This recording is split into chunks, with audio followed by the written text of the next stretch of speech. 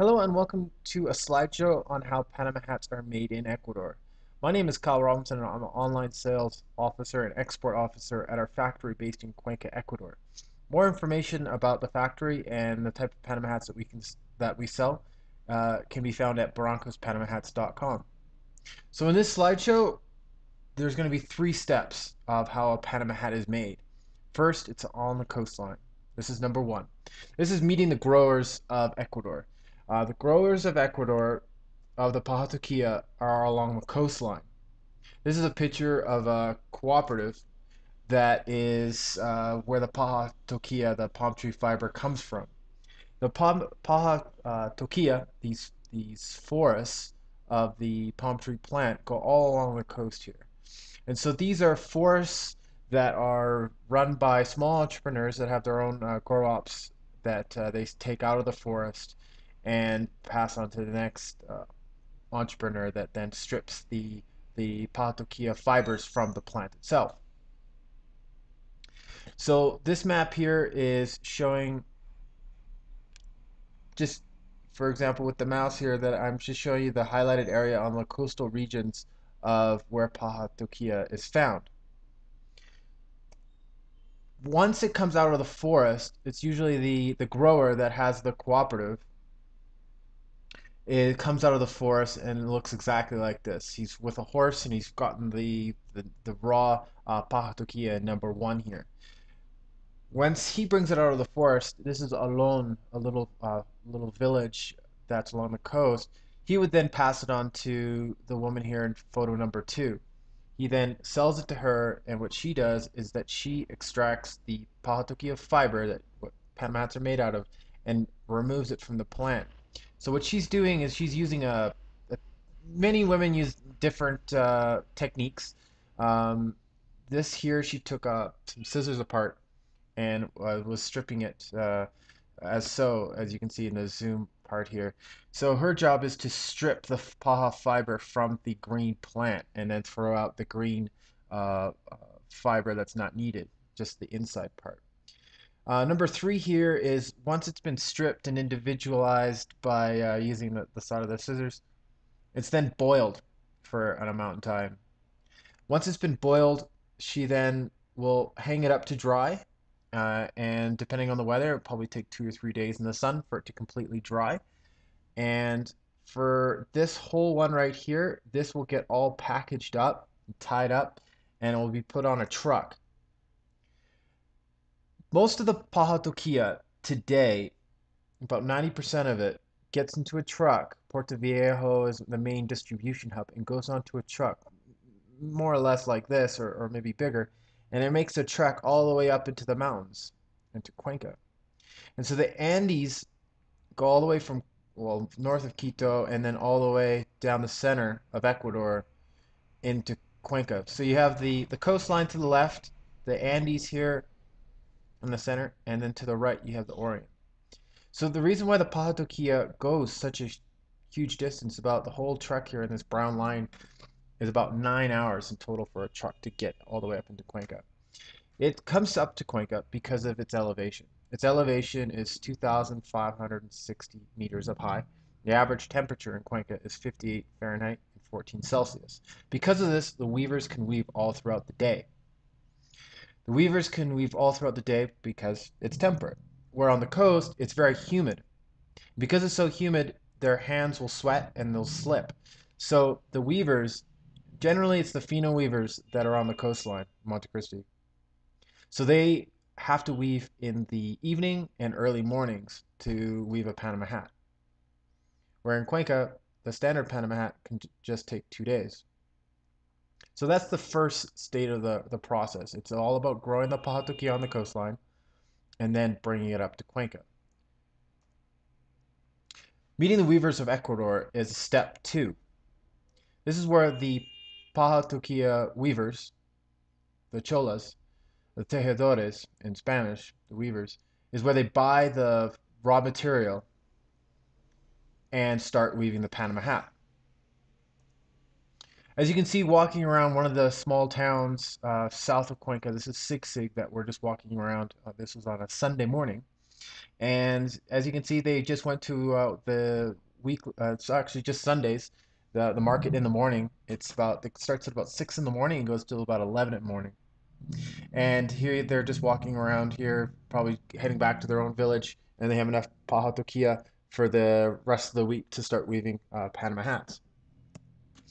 This photo here is showcasing uh, kind of the middle, not the middlemen. We'll get to that in a second, but just people that are buyers talking with weavers.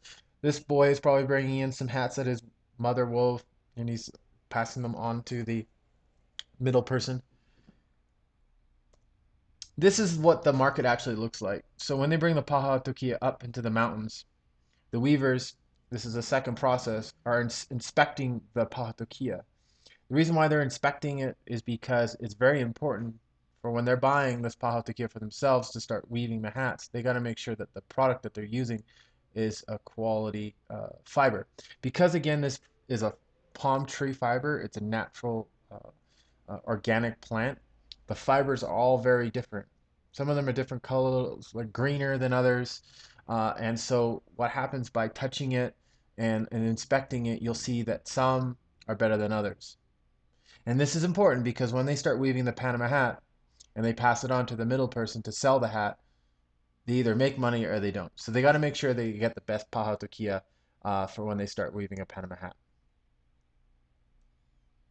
This here is the some photos of Panama hat buyers. Why I bring this up is because some Panama hat buyers will spend more money on Panama hats than other hats. This is because there's better weaves than other hats. So it gets down to quality. So, for example, this woman here is inspecting this Panama hat body and will pay X amount of dollars. If this Panama hat body was not worth her quality standards, she wouldn't buy it. So this weaver in the background would then go across the street, maybe go over here, and she'll accept it, but she'll get less money for it. And so this woman here that paid for it for less money would go to a factory that has lower standards and quality. And so in Cuenca, Ecuador, where the factories are, there's different factories that have different quality standards and have different customer bases. So at the end consumer level, if a person went to a factory, two different factories, they would see two different qualities and the prices are hence different.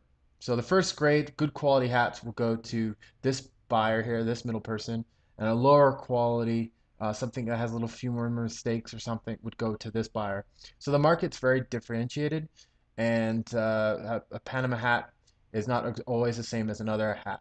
Uh, if you look up at it closely, they're always very different.